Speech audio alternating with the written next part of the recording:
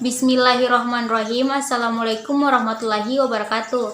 Perkenalkan, nama saya Wada Silvianti, NPM 0317010013, kelas B semester 6.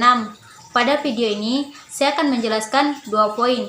Poin yang pertama tentang Modern of the Science, dan poin yang kedua yaitu perbedaan pikiran antara Plato dan Aristoteles.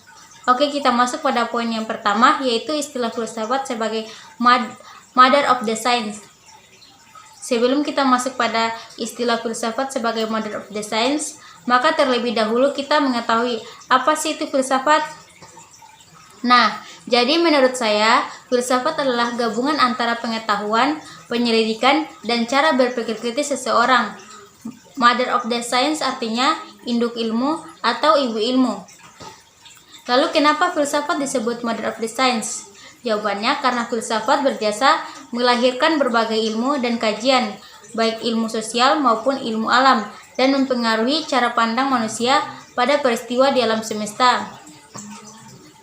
Pada intinya, filsafat akan menambah wawasan seseorang sehingga akan menimbulkan hal-hal baru, bahkan akan muncul ilmu-ilmu baru dari pengembangan wawasan ilmu filsafat tersebut. Jadi tanpa filsafat takkan ada lahir ilmu-ilmu yang dapat kita pelajari saat ini. Selanjutnya kita masuk pada poin yang kedua, perbedaan pikiran antara Plato dan Aristoteles tentang filosofi filsafat. Plato mengatakan bahwa filsafat adalah ilmu pengetahuan yang berusaha meraih kebenaran yang asli dan murni. Plato mengatakan juga bahwa filsafat adalah penyelidikan tentang sebab dan azas yang paling akhir dari segala sesuatu yang ada. Plato adalah filsuf pertama yang mulai menggunakan pendekatan rasionalistik di dalam mengemukakan gagasan-gagasannya tentang filsafat. Baginya, hakikat filsafat itu bukannya terletak pada kenyataan atau penampakan lahiriah yang terbatas, tetapi pada keluhuran ide yang bersifat mendasar dan absolut. Baginya, kebenaran filosofis bukan pada penampakan-penampakan, tetapi pada idenya yang lengkap. Menurut Plato, ada beberapa hal-hal yang merupakan sifat kebijaksanaan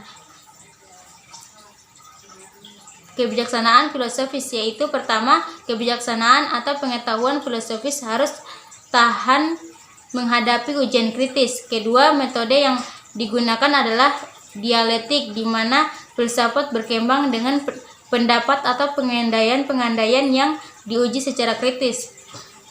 Ketiga, filsafat harus menerobos masuk sampai kepada kenyataan sejati, yaitu kenyataan esensi atau hakikat ideal dari realitas. Selanjutnya, Aristoteles, murid Plato ini mengatakan bahwa filsafat adalah ilmu pengetahuan yang senantiasa berupaya mencari prinsip dan penyebab utama dari realitas yang ada. Ia pun mengatakan bahwa filsafat adalah pengetahuan yang berupaya mempelajari ada atau periada sebagaimana adanya. Aristoteles adalah filsuf besar yang berjasa dalam mewariskan sejumlah pemikiran dan karya filsafat besar. Ia merumuskan hakikat filsafat sebagai berikut. Pertama, hakikat filsafat berhubungan langsung dengan ada sebagai pengada atau ada sebagai sebab dan prinsip pertama dari kenyataan tertinggi. Aristoteles dalam hal ini berada pada posisi selaku seorang realis atau penganut aliran realisme atau kenyataan. Kedua, filsafat harus berurusan dengan upaya membangun aksi hidup kekinian, bukan sekedar berenung atau berkontemplasi.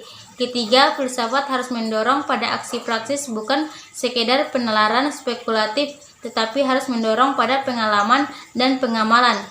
Mungkin itu saja yang bisa saya jelaskan. Lebih dan kurangnya mohon dimaafkan. Billahi taufiq wal hidayah. Wassalamualaikum warahmatullahi wabarakatuh.